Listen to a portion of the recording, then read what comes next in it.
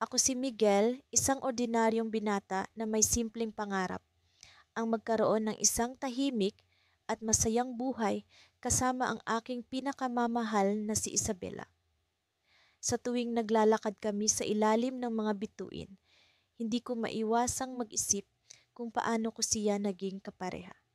Para kaming mga karakter sa isang kwento ng fairy tale. Siya ang aking prinsesa, ako naman ang kanyang knight in shining armor. Ngunit sa kabila ng aming masayang relasyon, hindi ko maikakaila na mayroong isang bahagi ng aking buhay na tila ba may kulang. Isang bahagi na hindi ko lubos maisip kung ano. Hanggang sa dumating sa buhay namin si Lucas, isang kaibigan na nagdala ng kakaibang misteryo sa aming tahimik na mundo. Si Lucas ay kakaiba. May aura siya na tila ba may lihim na sinisikap niyang itago. Gayunpaman, sa kabila ng kanyang misteryosong personalidad, hindi ko maiwasang makaramdam ng kaginhawaan sa tuwing kasama namin siya. Para siyang isang puwersang hindi ko maipaliwanag, may halo ng misteryo at hiwaga na talagang nakakaakit. Isang gabi, habang kami ni Isabela ay nag-uusap sa ilalim ng malamlam na ilaw ng buwan, bigla na lang sumulpot si Lucas. Tila ba may dala siyang masamang balita. Miguel, Isabela, may gusto akong ipaalam sa inyo. Sabi niya, ang kanyang mga mata ay puno ng pag-aalala. May isang bagay akong nadiskubre na sa tingin ko ay dapat ninyong malaman. Hindi ko alam kung ano ang dapat kong maramdaman sa mga sandaling iyon. Naramdaman ko ang pag-aalala sa boses ni Lucas, ngunit sa kabila nito, may bahagi sa akin na nanabik sa kung ano ang sasabihin niya. Isang bahagi na gustong malaman ang sikreto sa likod ng kanyang hiwaga. Miguel, Isabela, patuloy niya, may isang sinaunang sumpa na bumabalot sa inyong relasyon.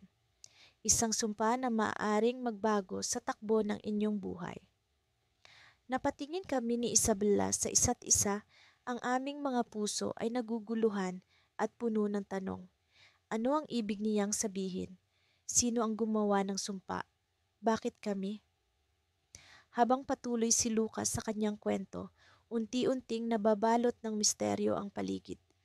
Ang kanyang boses ay tila ba nagiging bahagi ng hangin na pumapaligid sa amin. Ang sumpang ito, sabi niya, ay nagmula sa isang sinaunang paniniwala. Isang paniniwala na nagsasabing ang dalawang pusong nagmamahalan ay hindi dapat magtagal sa ilalim ng isang bituin. May kakaibang kaba sa aking dibdib, isang kaba na hindi ko maipaliwanag. Paano naging bahagi ng aming buhay ang sumpang ito at paano ito magbabago sa aming relasyon. Sa kabila ng takot at pag-aalala, naramdaman ko ang isang kakaibang lakas mula kay Lucas. Para siyang isang gabay na handang tumulong sa amin sa kabila ng panganib na dala ng sumpa.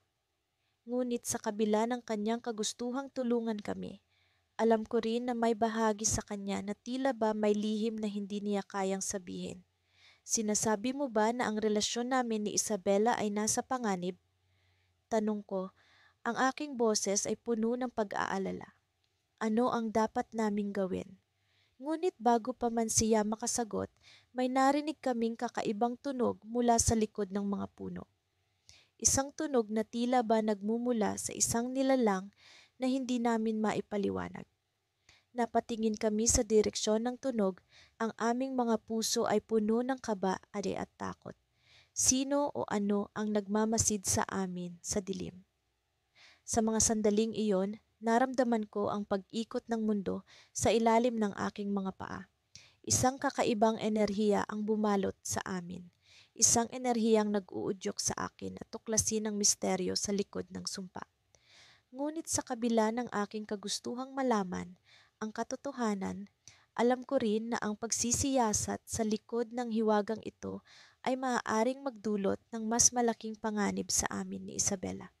At sa puntong iyon, hindi ko maiwasang tanungin ang sarili ko, ano ang magiging kapalaran namin sa ilalim ng mga bituin?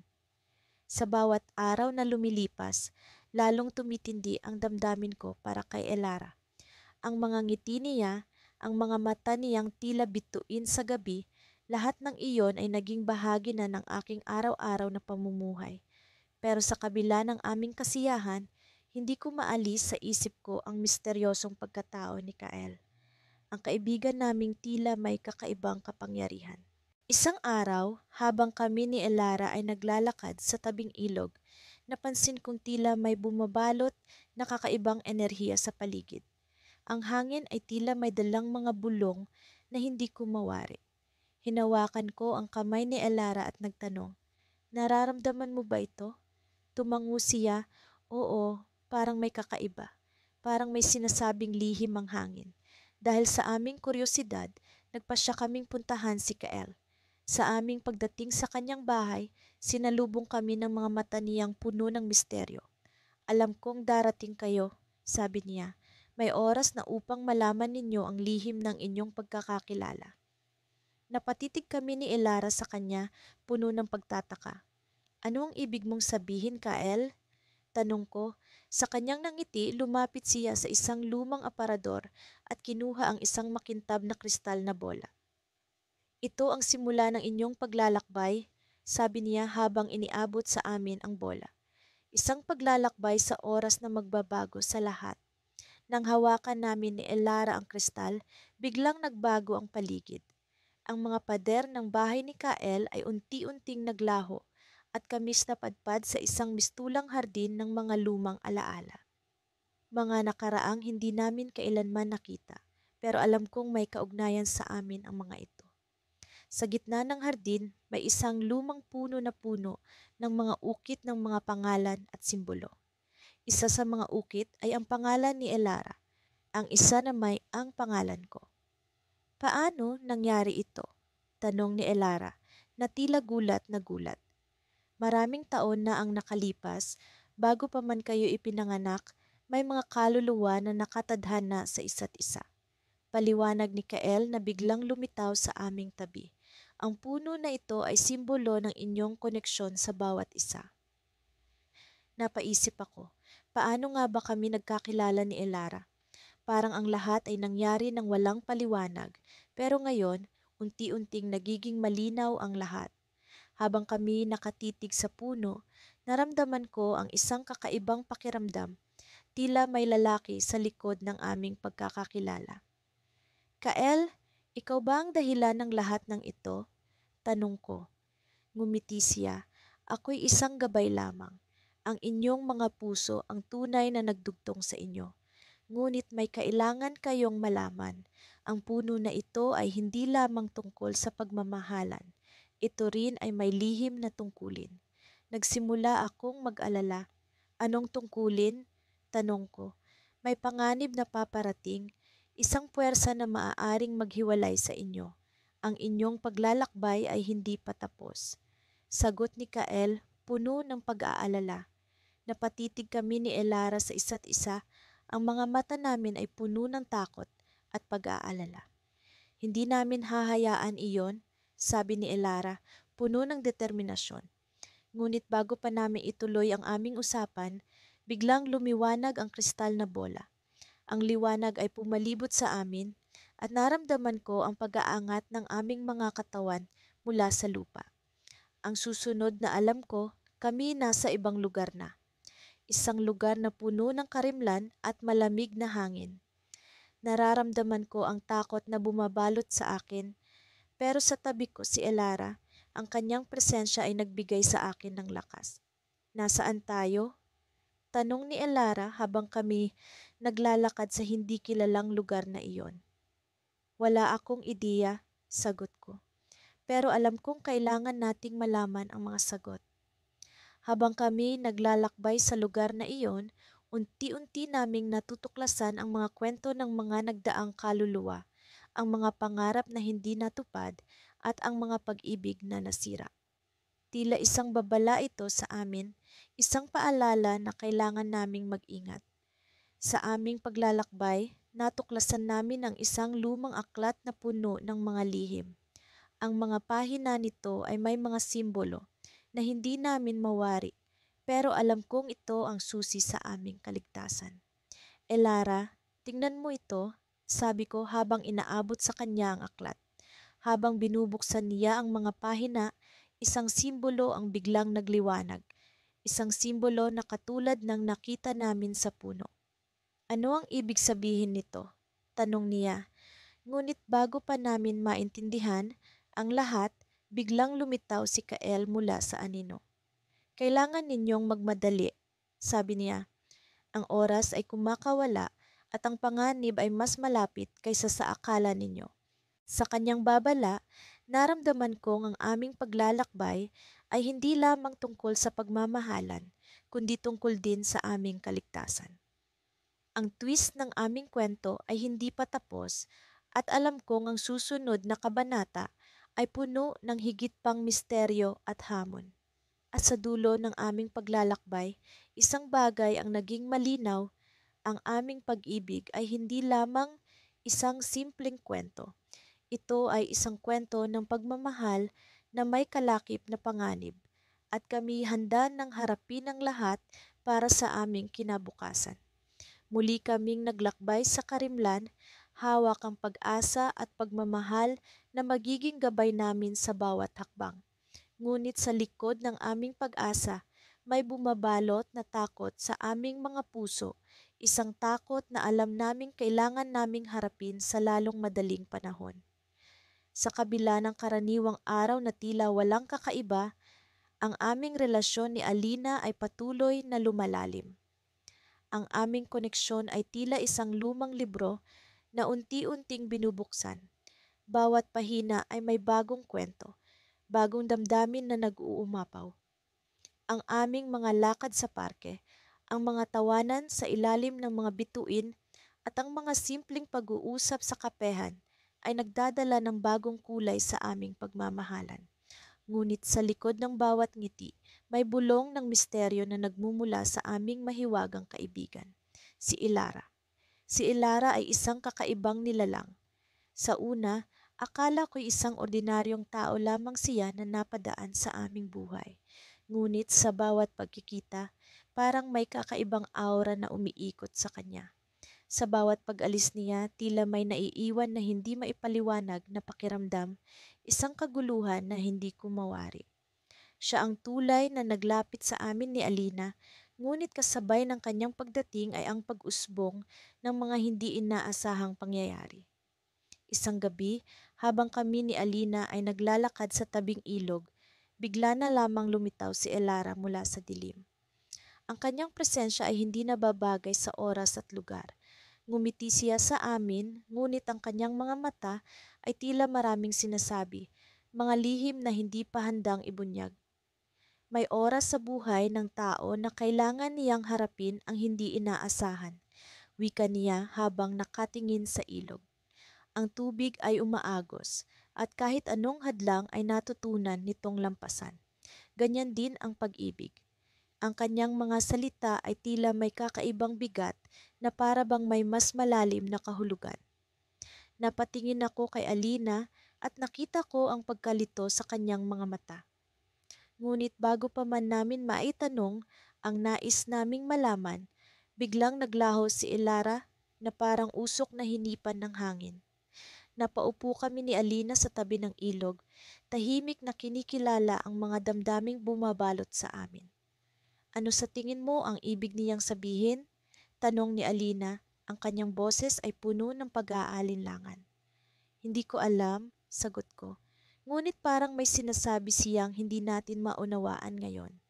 Sa mga sumunod na araw, ang pag-iisip tungkol kay Elara ay naging mas madalas. Ang kanyang mga kakaibang paglitaw at ang misteryosong mensahe ay nag-iwan ng marka sa aming isipan. Sinubukan naming hanapin siya, ngunit tila siya ay laging naglalaho sa tuwing kami malapit na.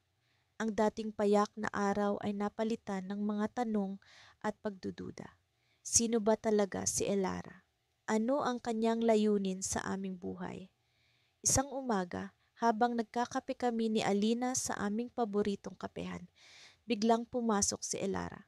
Ngumiti siya sa amin, ngunit sa pagkakataong ito, may kakaiba sa kanyang nangiti, isang uri ng kasiguraduhan na hindi namin mawari. May nais akong ipakita sa inyo, sabi niya, inaanyayahan kaming sumunod sa kanya. Dinala niya kami sa isang lugar na hindi namin inaasahan, ay isang lumang bahay na tila matagal nang iniwan. Ang pader ay puno ng kalumaan, ngunit may kakaibang sigla sa paligid. Dito nagsimula ang lahat, wika ni Elara. Ang pag-ibig, ang misteryo, at ang mahiwagang kwento ng inyong buhay. Habang iniisa-isa namin ang mga silid, isang kwarto ang umagaw sa aming pansin. Sa loob nito ay may isang lumang salamin, ang paligid nito ay natatakpan ng mga lumang larawan. Ang mga larawang iyon ay tila pamilyar, ngunit hindi ko mawari kung saan ko nakita. Ito ay hindi simpleng salamin, sabi ni Elara. Ito ay isang bintana sa nakaraan.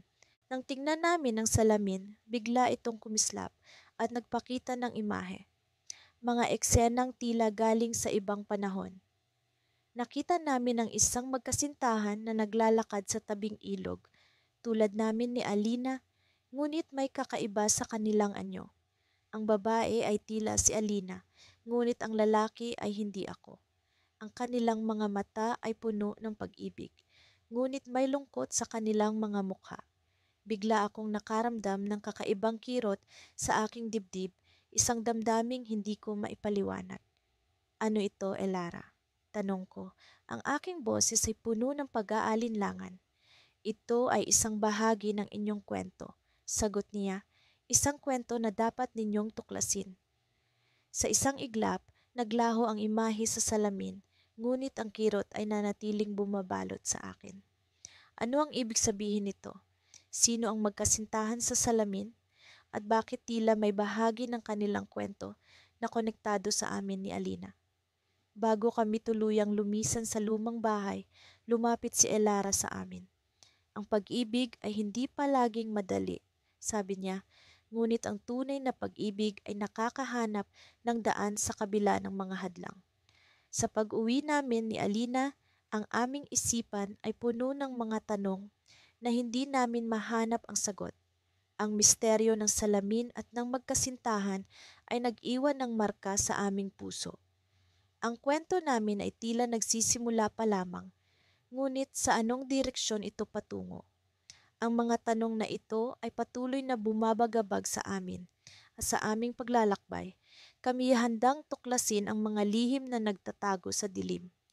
Ang araw ay dumilim ng mas maaga kaysa sa inaasahan. Ang hangin sa tabing dagat ay tila mas malamig kaysa dati, na para bang sinasadyang iparamdam sa amin ang bigat ng lugar na aming kinaroroonan. Nasa harap kami ng lumang parola, ang lugar na sinasabing kinaroroonan ng sagot sa lahat ng tanong na bumabagabag sa amin tungkol kay Elias at sa mahiwagang koneksyon niya sa aming relasyon.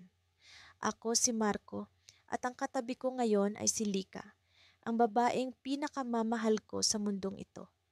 Nagsimula ang lahat ng ito dahil kay Elias, ang aming matalik na kaibigan na tila laging naroroon sa bawat mahalagang yugto ng aming buhay. Ngunit ngayong nalaman namin ang ilang detalye tungkol sa kanyang tunay na pagkatao o kawalan nito, hindi na alam ng aming mga puso kung pagmamahal ba o takot ang dapat naming madama. Marco, bulong ni Leica habang mahigpit na nakahawak sa aking braso. Sigurado ka bang tama ang gagawin natin? Paano kung mali ang lahat ng ito? Paano kung delikado? Hindi ko magawang sumagot agad. Sa totoo lang, hindi rin ako sigurado. Pero sa loob-loob ko, alam kong kailangan naming malaman ang totoo. Ang alamat ng lumang parola ay palaging bahagi ng mga kwento sa aming bayan. Isang lugar kung saan sinasabing ang mga tanong na hindi kayang sagutin ng mundo ay nagkakaroon ng kasagutan. Ang problema, hindi lahat ng nakahanap ng sagot doon ay nakabalik. Kinuha ko ang kamay ni Lika. Naramdaman ko ang lamig nito na tila nagpapahayag ng kanyang kaba. Hindi ko alam kung tama ito, Lika. Pero anuman ang mangyari, magkakasama tayo. Di ba yun ang binanggit ni Elias na ang lahat ng ito ay may dahilan? Tumango siya ng mahina. Ang mga mata niya ay puno ng kaba, ngunit may bahid din ng determinasyon. Kung totoo man ang sinabi niya na ang lahat ng ito ay para sa atin, kailangan nating alamin kung bakit. Humakbang kami papasok sa loob ng parola.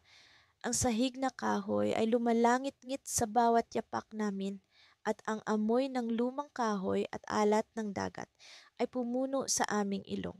Sa kabila ng dilim, may kakaibang liwanag na tumatagos mula sa itaas ng parola.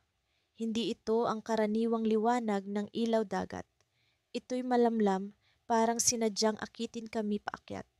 Habang umaakyat kami sa paikot na hagdan, hindi ko maiwasang maalala ang mga sinabi ni Elias nang huli namin siyang makita.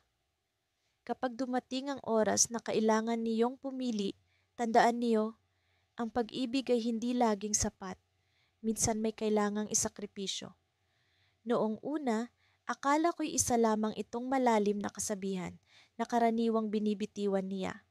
Pero ngayon, mas nararamdaman kong may mas malalim na kahulugan ang kanyang mga salita. Sa wakas, narating namin ang tuktok ng parola. Sa gitna ng silid ay may isang luma at bilugang salamin, parang isang sinaunang portal. Ang liwanag na nakita namin mula sa ibaba ay nagmumula dito. Sa paligid ng salamin ay may mga ukit na simbolo at salitang hindi namin maipaliwanag. Ngunit kahit hindi namin lubos na nauunawaan ang nakasulat, tila may bahagi sa akin na alam kung ano ang ibig sabihin nito. Marco, tinig iyon ni Lika na puno ng pag-aalinlangan. Ano sa tingin mo ito? Lumapit ako sa salamin at tumingin sa loob nito. Sa halip na makita ang refleksyon ko, nakita ko ang isang eksena. Ako at si Laika, magkasama sa isang mundong tila hindi ko kilala. Ang lugar ay puno ng liwanag, ngunit may kakaibang lungkot sa aming mga mukha. Sa eksenang iyon, hawak ko ang kamay ni Laika, ngunit unti-unti siyang nawawala, parang usok na hinipan ng hangin. Lika, tingnan mo ito, sabi ko habang itinuturo ang salamin. Lumapit siya sa akin at tumingin din. Sa parehong oras, nagbago ang eksena sa loob ng salamin. Ngayon, si Elias na ang nandoon, nakatayo sa harap ng parola, nakatingin sa amin. Ngunit may kakaibang ekspresyon sa kanyang mukha. Seryoso, halos galit. Marco, Laika, biglang nagsalita si Elias mula sa salamin na para bang naririnig niya kami. Ito na ang oras, kailangan niyo ng pumili. Isa sa inyo ang kailangang manatili rito upang ang isa ay makalaya. Natigilan kami, hindi ko alam kung paano tumugon.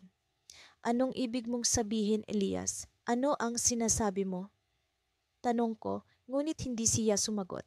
Sa halip, ang paligid ng salamin ay nagsimulang kumislap at ang buong parola ay tila yumanig. Marco! Sigaw ni Laika, na ngayon ay mahigpit na nakahawak sa akin. Ano ang gagawin natin? Sa gitna ng kaguluhan, biglang nagbago ang liwanag sa salamin.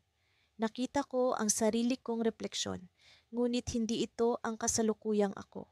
Ang lalaking nasa salamin ay may mas matandang mukha, puno ng lungkot at pagsisisi. Sa likod niya, wala si Lika, at iyon ang nakakatakot, walang Lika. Marco, pabulong niyang sinabi, ngunit naramdaman ko ang bigat ng kanyang tinig. Kung ako ang kailangang magparaya, gagawin ko. Para sa'yo. Napatingin ako sa kanya at sa mga mata niya ay nakita ko ang pagmamahal na hindi ko kailanman kayang pantayan. Ngunit bago pa man ako makapagsalita, ang tuktok ng parola ay lubos ng binalot ng liwanag. Isang sigaw ang narinig ko at hindi ko alam kung galing sa akin o kay Laika.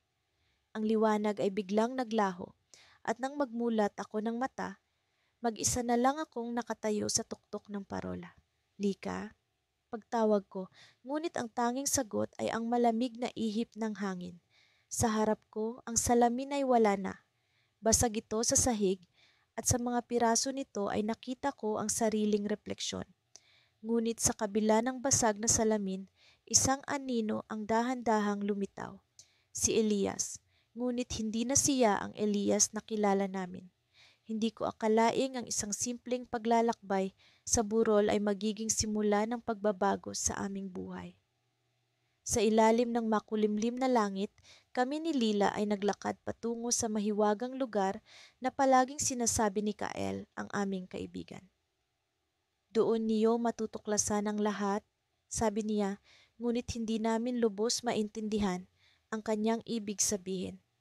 Sa pag-akyat namin sa burol, naramdaman ko ang kakaibang enerhiya na tila bumabalot sa paligid. Hinawakan ni Lila ang kamay ko at sa kabila ng lamig ng hangin, ramdam ko ang init ng kanyang palad. Alam mo ba kung ano ang hinahanap natin dito? Tanong niya, umiling ako. Wala akong ideya pero may tiwala ako kay Kael. Lagi niyang sinasabi na may espesyal sa lugar na ito. Baka ito na ang pagkakataon para malaman natin. Sa aming paglalakad, napansin namin ang mga antigong marka sa mga puno. Mga simbolo na hindi namin naintindihan, ngunit tila nagbigay ng direksyon sa amin. Nang marating namin ang dulo ng burol, nakita namin ang isang lumang gazebo na tila matagal nang iniwanan. Ang paligid nito'y puno ng mga matataas na damo at mga bulaklak na hindi pangkaraniwan. Pumasok kami sa loob ng gazebo at sa gitna nito ay may isang antigong mesa na may nakaayos na mga lumang aklat at mga papel na tila mga tala. Mukhang ito ang hinahanap ni Kael, sabi ni Lila habang tinitingnan ang mga dokumento. Sa bawat pahina ay may mga nakasulat na kwento at mga guhit ng mga makakatakas na nilalang. Habang binabasa namin ang mga kwento, isang piraso ng papel ang nakaagaw ng aming pansin. Isang liham na isinulat ni Kael na tila para sa amin. Kung binabasa niyo ito, ibig sabihin ay natagpuan niyo na ang lugar na matagal ko nang sinasabi. Dito niyo matutuklasan ang lihim ng inyong mga puso. Nagkatinginan kami ni Lila at sa isang iglap parang may kakaibang puwersa ang bumalot sa paligid. Ang mga simbolo sa mga puno ay nagsimulang kumislap at unti-unting nagkaroon ng liwanag sa gazebo. Ano ito, Lila? Tanong ko habang ang liwanag ay unti-unting bumabalot sa amin. Hindi rin siya makapagsalita sa pagkamangha.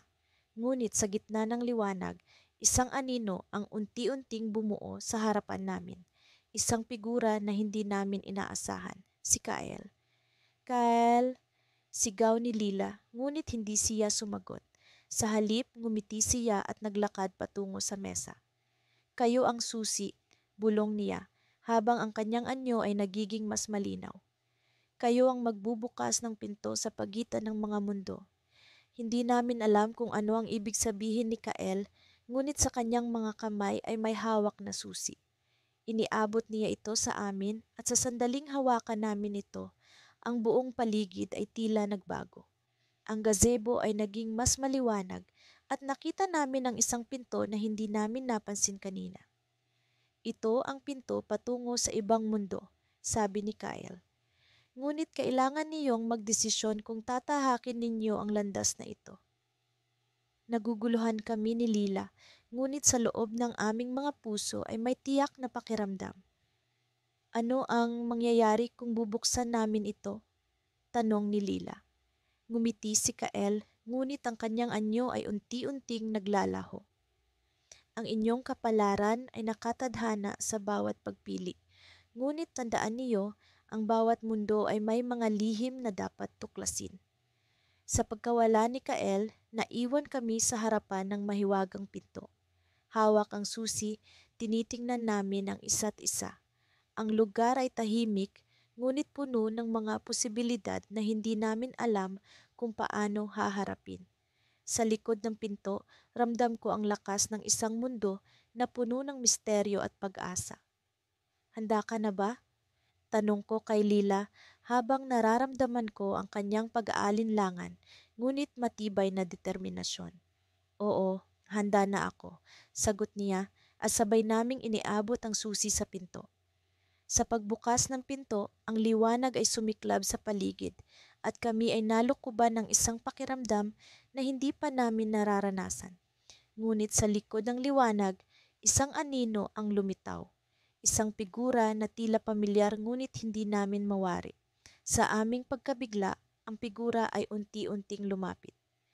Hindi kayo nag-iisa, bulong ng figura, at sa kanyang kamay ay may hawak na susi rin. Isang susi na tila katulad ng hawak namin. Sa bawat hakbang ng figura, ramdam namin na may lihim na unti-unting lumalantad. Ngunit sa sandaling ito, alam namin na ang aming paglalakbay ay nagsisimula pa lamang. At sa likod ng pinto ay may mundo na puno ng mga kwento na naghihintay na mabuksan. Sa pagkakasilay ng unang sinag ng araw, nagising ako sa malambing na tunog ng mga ibon sa labas ng aming bintana. Katabi ko si Lila, ang babaeng bumihag sa aking puso mula pa noong una kaming nagkita. Ang kanyang maamong mukha ay tila isang kanlungan ng kapayapaan. Ngunit sa kabila ng kanyang pisikal na katahimikan, ramdam ko ang bumubulong na tensyon sa aming paligid. Ang mahiwagang kaibigan naming si Elara ay muling nagpakita kagabi. Nag-iwan ng mga bagong palaisipan na kailangan kami lang ang makakasagot. Ilang linggo na ang nakalipas mula nang makilala namin si Elara, ang babaeng tila lumalabas sa kung saan-saan, nagbibigay ng mga pahiwatig at misteryosong babala. Siya ang naghatid sa amin sa lugar na ito, sa gitna ng kakahuyan kung saan ang hangin ay puno ng mga mahiwagang alingawngaw. Sa unay akala namin isa siyang ordinaryong kaibigan, ngunit sa bawat pagdaan ng araw, lumalalim ang aming pagkakaalam sa kanyang tunay na kalikasan. Ano nga ba ang kanyang layunin? Nagising si Lila, ang kanyang mga mata ay nagtagpo sa akin. Gising ka na pala, bulong niya habang nag-iinat. Iniisip mo siya, hindi ba? Tumango ako. Hindi ko maiwasang mag-isip, Lila. Ano ang ginagampanan ni Elara sa ating buhay? Parang may nais siyang ipakita sa atin, ngunit hindi ko pa rin mawari ang kanyang mga mensahe. Napansin ko ang pag-aalala sa kanyang mga mata. Gabi-gabi na lang siya nagpapakita at palaging may bagong pahiwatig. Parang isang misteryo na hindi natin kayang lutasin.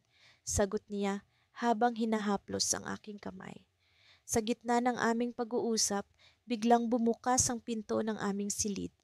Bumungad si Elara, ang kanyang presensya ay tila isang malamig na hangin na dumampi sa aming balat.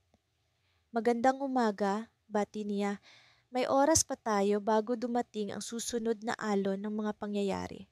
Kailangan kong ipakita sa inyo ang isang bagay. Nagtataka kaming nagpalitan ng tingin ni Lila. Ano ba ang ibig mong sabihin, Elara? Tanong ko habang inaayos ang kumot na nakatakip sa aking katawan. Ngumiti siya, may lihim na bumubuo sa kanyang mga labi. Sumama kayo sa akin. Oras na para malaman ninyo ang susi sa inyong hinaharap.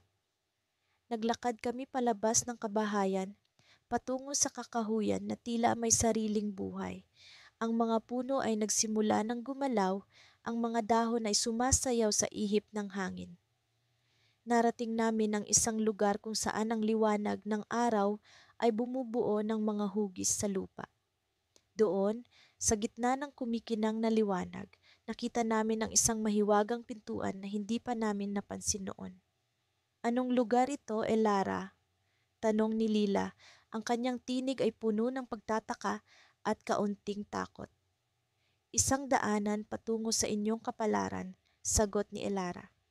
Ngunit tandaan, hindi lahat ng nakikita ay totoo. Kailangan ninyong magtiwala sa isa't isa. Nagpalitan kami ng tingin ni Lila, ramdam ang bigat ng responsibilidad. Ano ang ibig sabihin ng pintuang ito? Ano ang naghihintay sa amin sa kabila? Sa paglapit namin sa pintuan, biglang tumigil si Elara at tumingin sa amin ng buong sinseridad. Alam kong naguguluhan kayo, ngunit may dapat kayong malaman.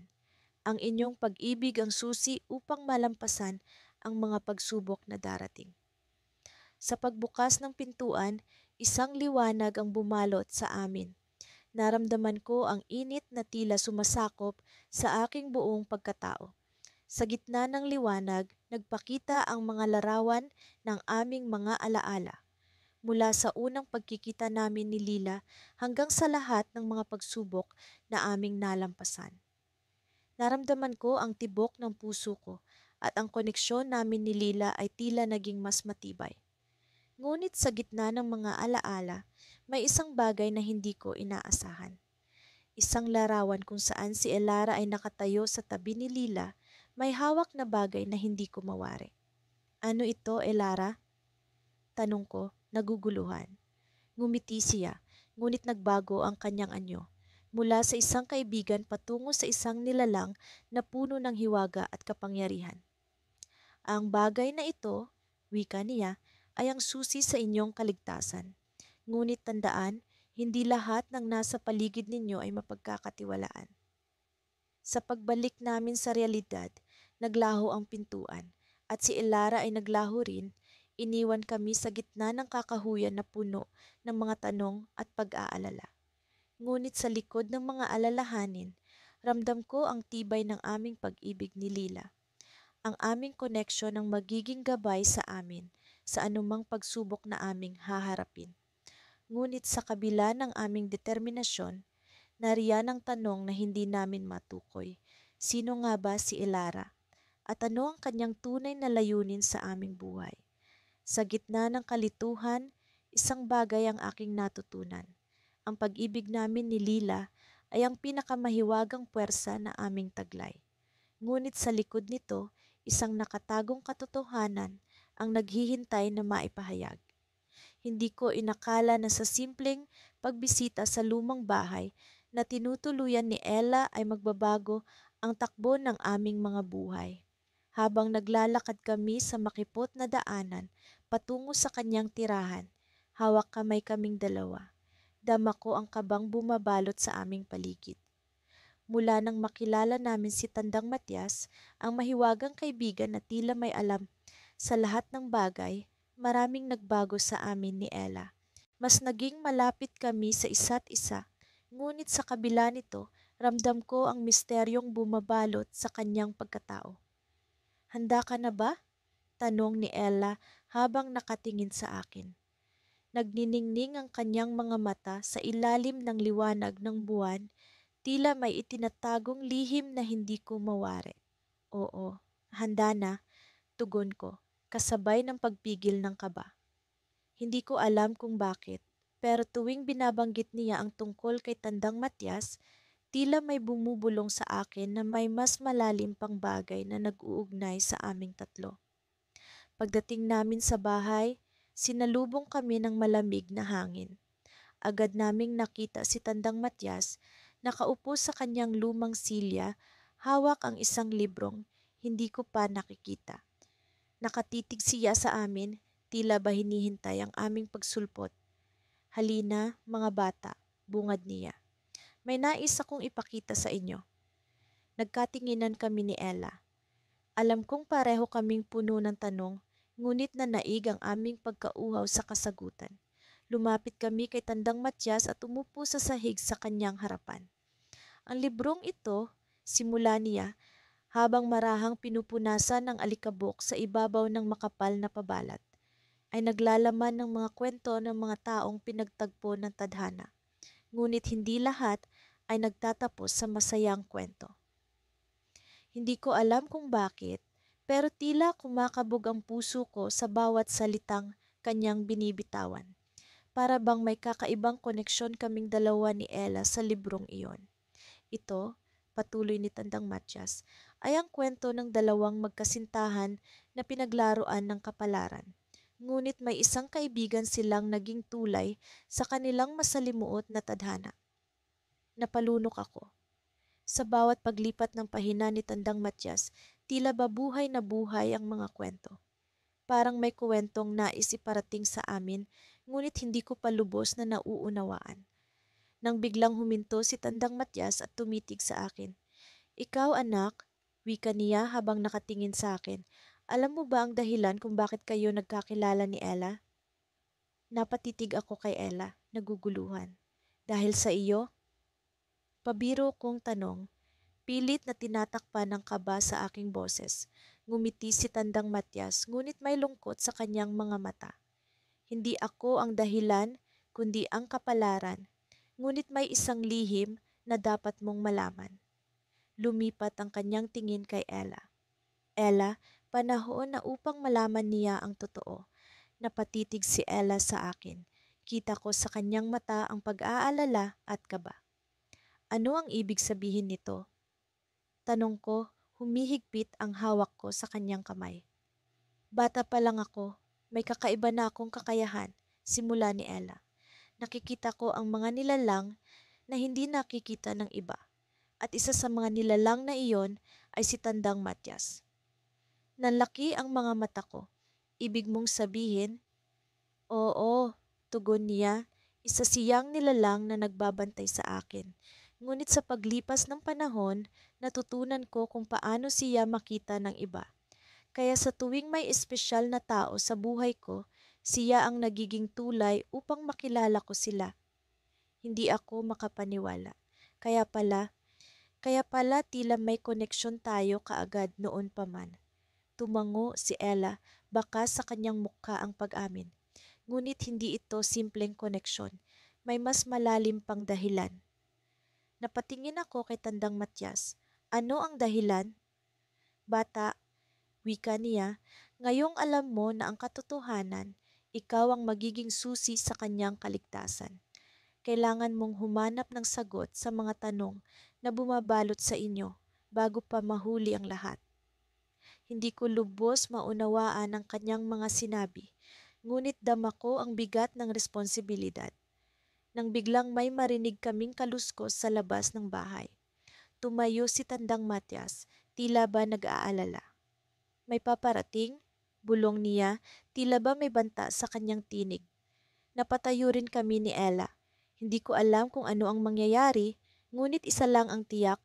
Handa akong gawin ang lahat para mapanatili ang aming pagmamahalan, kahit pa mga hulugan ito ng pagharap sa mga lihim na bumabalot sa aming kapalaran. At sa kabila ng lahat, isang tanong ang bumabagabag sa akin.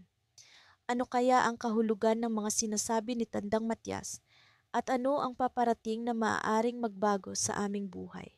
Sa paglipas ng mga araw, mas lalong tumibay ang aming samahan ni Clara. Ang bawat pangyayari sa aming buhay ay tila isang misteryosong kwento na patuloy naming binubuksan. Ang mahiwagang kaibigan naming si Elara na siyang nagdala sa amin sa daang hindi namin inaasahan ay patuloy na nagbibigay ng mga palaisipan na nag-uudyok sa aming tuklasin ang higit pa sa aming nakikita. Isang gabi, habang nakaupo kami ni Clara sa ilalim ng mga bituin, muling lumitaw si Elara. Ang kanyang presensya ay laging may dalang kakaibang enerhiya. Sa tuwing siya ay nasa paligid, ang mundo ay tila nagiging mas maliwanag at mas buhay. Ngayon, may dalang bagong misteryo si Elara. May nakatagong lihim sa lumang mansyon sa dulo ng bayan. Bungad niya sa amin. Isang lihim na matagal nang naghihintay na matuklasan. Nagkatinginan kami ni Clara, puno ng pag-usisa. Maraming kwento ang umiikot tungkol sa mansyon na iyon, sinasabing may mga espiritu na naninirahan doon. Pero ang mga kwentong ito ay hindi naging hadlang sa aming pagnanasa na alamin ang katotohanan. Kinabukasan, nagpasya kaming magtungo sa mansyon. Ang lumang estruktura ay tila puno ng kalungkutan, ngunit sa kabila nito ay may isang hindi maipaliwanag na kagandahan. Ang mga dingding na natatakpan ng baging ay nagsasaysay ng mga kwento ng lumipas na panahon. Sa aming pagpasok, naramdaman ko ang kakaibang lamig na bumalot sa akin. Ang bawat hakbang ay parang paglalakbay sa ibang mundo. Si Clara ay nasa tabi ko. Mahigpit ang pagkakahawak sa aking kamay, nagpapalakas ng loob sa isa't isa. Habang kami nag-iikot, napansin namin ang isang pintuan sa dulo ng pasilyo. Ang pintuan ay tila nakatago. Halos hindi mo mapapansin kung hindi mo titingnan ng maigi. Dahan-dahan ko itong binuksan at sa loob ay isang silid na puno ng mga lumang kasangkapan. Ngunit ang pinakanakapukaw ng aming pansin ay ang isang malaking salamin sa gitna ng silid. Napakaganda ng salamin, ang frame nito ay yari sa ginto at may mga ukit na misteryoso. Lumapit kami ni Clara at nang kami ay tumingin sa salamin, hindi namin nakita ang aming mga sarili. Sa halip, isang imahe ng isang mag-asawa na nakasuot ng damit mula sa nakaraang siglo ang lumitaw. Biglang nagsalita si Elara na ngayon ay nasa likuran namin. Sila ang mag-asawang nagtatago ng lihim ng mansyon na ito, isang lihim na nag-uugnay sa inyong dalawa. Ang kanyang sinabi ay nagdulot ng mga kuryosidad sa aming isipan. Ano ang koneksyon namin sa mga taong ito? Bakit ang salamin ay nagpapakita ng kanilang imahe sa halip na sa amin? Habang kami nag-iisip, isang malakas na hangin ang biglang humampas sa silid at ang imahe sa salamin ay nagbago. Ngayon, isa itong eksena ng mansyon na nasusunog at ang mag-asawa ay nagtatangkang tumakas. Ang kanilang mga mukha ay puno ng takot, isang takot na tila nararamdaman din namin. Ang mansyon ay nasunog maraming taon na ang nakalipas, paliwanag ni Elara. Ngunit hindi ito isang simpleng aksidente. May mga puwersa na naglaro, mga puwersang nag-uugnay sa inyong dalawa. Hindi ko lubos maunawaan ang kanyang mga sinasabi. Paano kami naging kabahagi ng kwentong ito? Ano ang puwersang nag-uugnay sa amin sa nakaraan?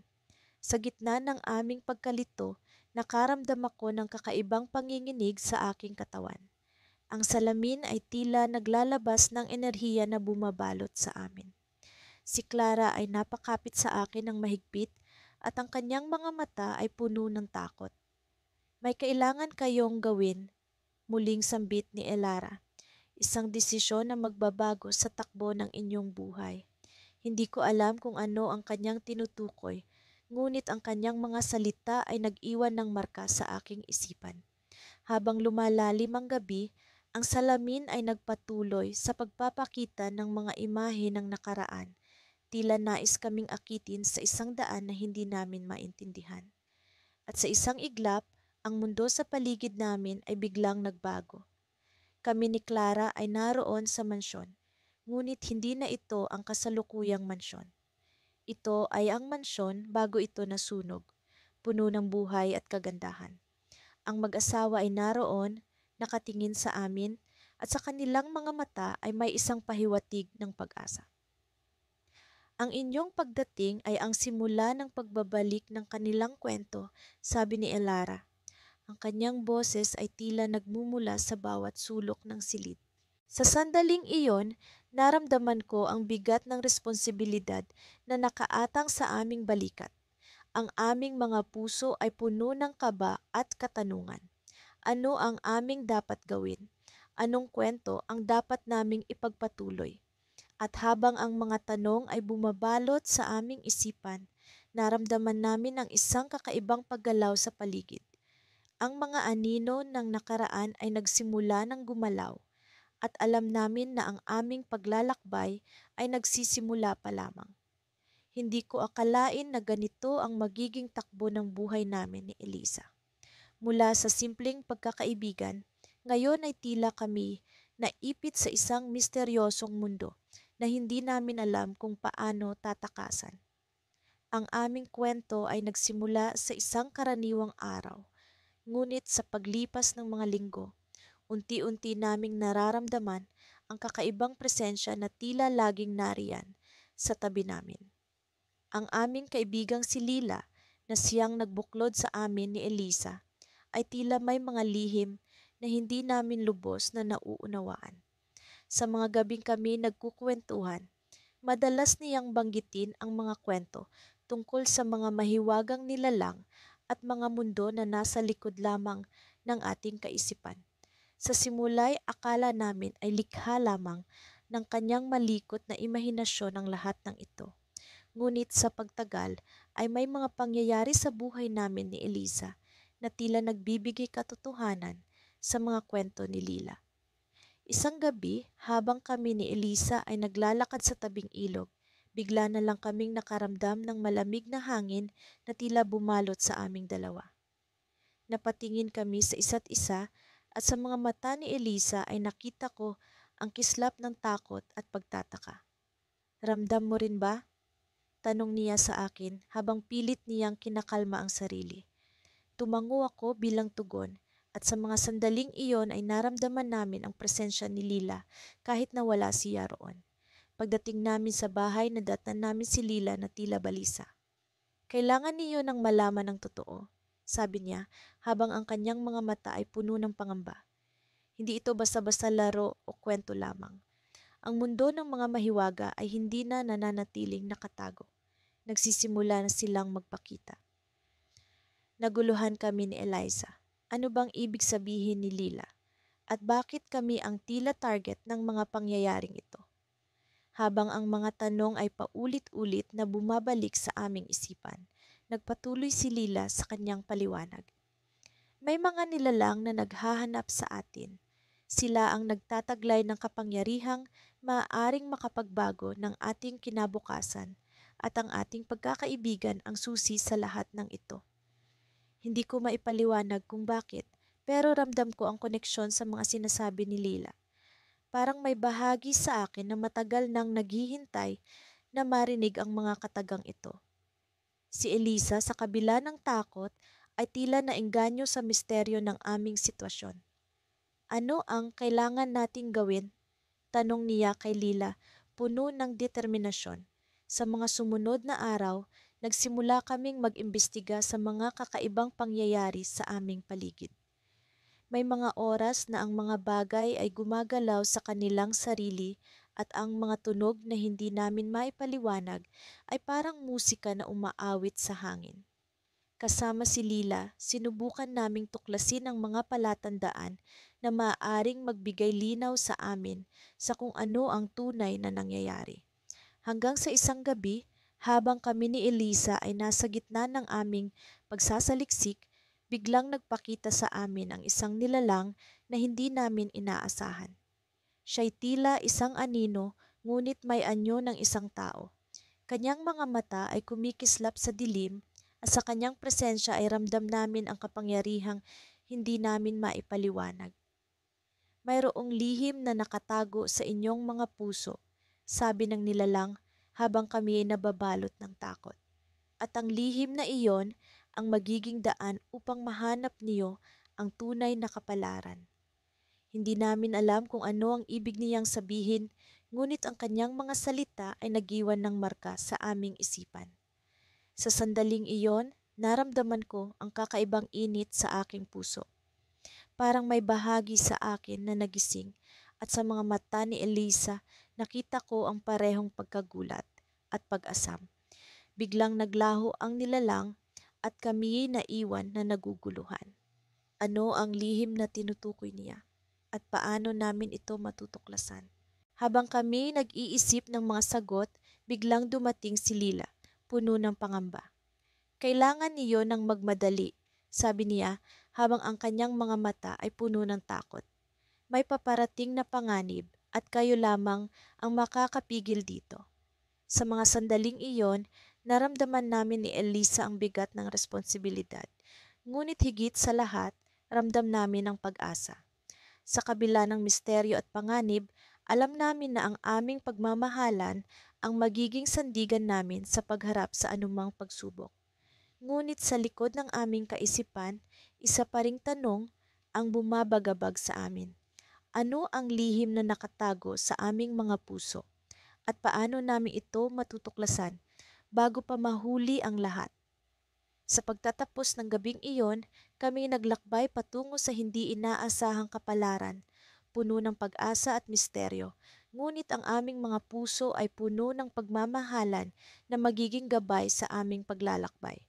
Ngunit hindi namin alam na ang susunod na hakbang ang magiging simula ng mas malaking pagsubok na magpapabago sa aming buhay magpakailanman. Sa mga araw na lumipas, hindi ko maiwasang mapaisip kung paano nagsimula ang lahat sa aming dalawa ni Clara. Isang aksidenteng pagkikita sa ilalim ng isang puno sa parke ang nagtulak sa amin sa mahiwagang paglalakbay na ito. Ngunit hindi lamang iyon ang dahilan ng aming pagkakalapit. May isang kaibigan na tila naging gabay at tulay namin sa hindi inaasahang paraan, si Elara. Hindi ko pa rin lubos na maintindihan kung sino ba talaga si Elara. Isang araw, Bigla na lamang siyang sumulpot sa buhay namin ni Clara. Sa simula, inisip ko na isa lamang siyang bagong kaibigan, ngunit unti-unti kong napagtanto na may mga bagay na kakaiba sa kanya. Parang alam niya ang mga bagay na kadalasang hindi karaniwang nalalaman ng iba. Parang may taglay siyang kapangyarihan na hindi ko maipaliwanag. Isang gabi, habang naglalakad kami ni Clara sa dalampasigan, bigla niyang naitanong sa akin, "Sa tingin mo, sino ba talaga si Elara?" Napahinto ako at tumingin sa kanya. "Hindi ko alam, Clara, pero sa lahat ng ginawa niya para sa atin, hindi ba't parang isa siyang anghel na nagkatawang tao?" Ngumiti si Clara sa akin ng may halong pag-aalala. "Parang ganoon na nga, pero may mga pagkakataon na nararamdaman kong may itinatago siya. Parang may mas malalim pa na koneksyon sa atin." Habang nag-uusap kami, biglang lumitaw si Elara sa aming harapan na para bang sumulpot mula sa hangin. "Nag-uusap ba kayo tungkol sa akin?" Tanong niya na may kakaibang ngiti sa mga labi. Napatigil kami ni Clara at nagkatinginan. Hindi ko alam kung paano sasagutin ang tanong na iyon. Sa halip, tinanong ko siya, "Elara, sino ka ba talaga?" Tumingin siya sa malayo, sa kalmadong dagat na sumasalubong sa aming mga mata. "May mga bagay na mas mabuting hindi na malaman. Ngunit dahil malapit na ang oras, kailangan ninyong malaman ang katotohanan." Nagkatinginan kami ni Clara, puno ng pagkabigla at pananabik. Ano ang ibig sabihin ni Elara? Ano ang katotohanan na sinasabi niya? "Hindi ako isang ordinaryong tao," patuloy niya. "Ako ay isang nilalang mula sa ibang mundo, isinugo para gabayan kayo. Ang pag-ibig ninyo ay may malaking kahalagahan sa aming mundo." Naramdaman kong hinigpitan ni Clara ang pagkakahawak sa aking kamay. Hindi ko alam kung matatakot o magiging masaya sa aking narinig. "Bakit kami?" tanong ko. "Dahil sa pag-ibig ninyo, nagkakaroon ng balanse ang aming mundo. Ngunit may mga puwersang nais itong sirain. At nandito ako upang tiyakin na hindi iyon mangyayari." Sa paglipas ng bawat salita ni Elara, nararamdaman ko ang bigat ng responsibilidad na unti-unting bumibigat sa aking balikat. Ngunit higit pa sa responsibilidad, naroroon ang takot na baka hindi namin kayanin ni Clara ang mga susunod na mangyayari. Ngunit paano namin malalaman kung ano ang dapat naming gawin? Tanong ni Clara, puno ng pag-aalala sa kanyang tinig. Ngumiti si Elara, ngunit may lungkot sa kanyang mga mata. "Kapag dumating na ang tamang oras, malalaman ninyo. Ngunit kailangan ninyong magtiwala sa isa't isa at sa akin." Bigla, ang paligid ay tila nagbago. Ang malamig na simoy ng hangin ay naging mas malamig at ang mga alon sa dagat ay tila naging mas mabagsik. Napatingin kami ni Clara kay Elara at nakita namin ang kanyang anyo na unti-unting naglalaho. "Elara, sandali lang!" Sigaw ni Clara, ngunit huli na ang lahat. Nawala na si Elara, naiwan kaming magkasintahan na puno ng tanong at pangamba. Sa kabila ng aming mga narinig at naranasan, isang bagay ang malinaw sa akin. Kailangan naming magpatuloy ni Clara, magkasama, anuman ang mangyari. Ngunit habang naglalakad kami pa uwi, hindi ko maiwasang makaramdam ng kaba. Ano ang naghihintay sa amin? Ano ang magiging kapalaran ng aming pag-ibig? At habang iniisip ko ang mga ito, napansin ko ang isang bagay na kumikinang sa buhangin. Yumuko ako at pinulot ito, isang maliit na pendant na hugis buwan na dati ng suot ni Elara. Nang tingnan ko ito, naramdaman ko ang kakaibang enerhiya na dumadaloy mula dito. "Clara, tingnan mo ito," sabi ko ipinakita ang pendant sa kanya. Tumingin siya sa akin, puno ng pagtataka at gulat. "Ano ang ibig sabihin nito, Alex?" Ngumiti ako, kahit na puno ng pag-aalala ang dibdib ko. "Hindi ko alam, pero may pakiramdam ako na ito ang magiging susi sa lahat ng ito." Sa aming mga kamay, hawak namin ang huling alaala ni Elara. Ngunit sa kabila ng lahat, Alam naming hindi pa ito ang katapusan ng aming kwento. Isa lamang itong panibagong simula sa isang hindi pa natutuklasang mundo. Sa aming paglalakbay sa mahiwagang kagubatan, hindi ko maiwasang magmuni-muni sa mga nangyari sa amin ni Eliza. Simula nang makilala namin si Amara, ang kaibigang mahiwaga, tila nagbago ang takbo ng aming buhay. Noon, isa lamang siyang estranghero na nagpakita sa amin sa isang kakaibang pagkakataon. Ngayon, isa na siyang mahalagang bahagi ng aming paglalakbay, isang gabay sa mundo ng hiwaga na hindi namin akalaing makikita. Habang naglalakad kami ni Eliza sa makapal na damo at mga puno na tila may sariling buhay, naramdaman ko ang init ng kanyang kamay na nakakapit sa akin. Ang kanyang presensya ay nagbibigay ng lakas at kapanatagan sa akin, lalo na sa mga oras na parang nawawala kami sa landas. Sa kabila ng lahat ng misteryo sa aming paligid, ang aming pagmamahalan ay nagsisilbing liwanag na gumagabay sa amin. Napansin mo ba ang mga ibon kanina? Tanong ni Eliza, habang ang kanyang mga mata ay naglalakbay sa mga sanga ng puno sa itaas. Parang may sinasabi sila sa atin. Tumango ako, naalala ang mga kakaibang huni ng mga ibon na hindi mo maririnig sa karaniwang kagubatan. Oo, parang may mensahe silang nais iparating. Siguro ay bahagi ng mahiwagang mundo ni Amara. Si Amara, ang aming kaibigan na tila laging may alam sa lahat ng bagay, ay nauna sa amin. Bagamat palaging nandiyan siya para sa amin, may mga pagkakataon na tila siya ay nawawala sa sarili niyang mundo, naglalakbay sa mga lugar na hindi namin maabot. Ngunit sa bawat balik niya, palagi siyang may daladalang mga sagot na hindi namin inaasahan. Sa di kalayuan, nakita namin si Amara na nakatayo sa tabi ng isang lumang puno na tila puno ng lihim. Ang kanyang mga mata ay nakapikit at ang kanyang mga kamay ay nakapatong sa puno, tila may sinasagap na enerhiya mula rito. Nagdulot ito ng kakaibang pakiramdam sa akin, isang bagay na hindi ko maipaliwanag. Amara, ano ang iyong nararamdaman? Tanong ni Elisa sa kanya. Ang kanyang boses ay puno ng pag-aalala at pag-usisa. Dahan-dahang iminulat ni Amara ang kanyang mga mata at ngumiti sa amin. Nararamdaman ko ang mga alon ng panahon, ang mga kwento ng nakaraan na nakaukit sa mga ugat ng punong ito. Sagot niya, ang kanyang boses ay puno ng hiwaga at katiyakan.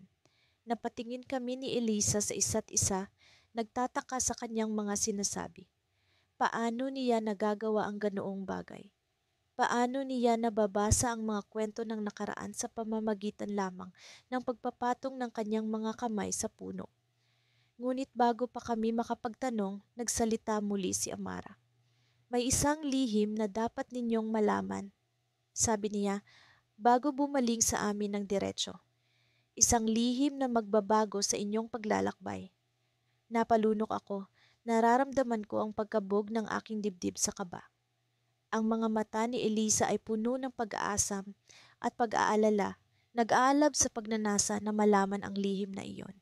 Ano kaya ang sinasabi ni Amara? Anong klasing lihim ang magbabago sa aming paglalakbay?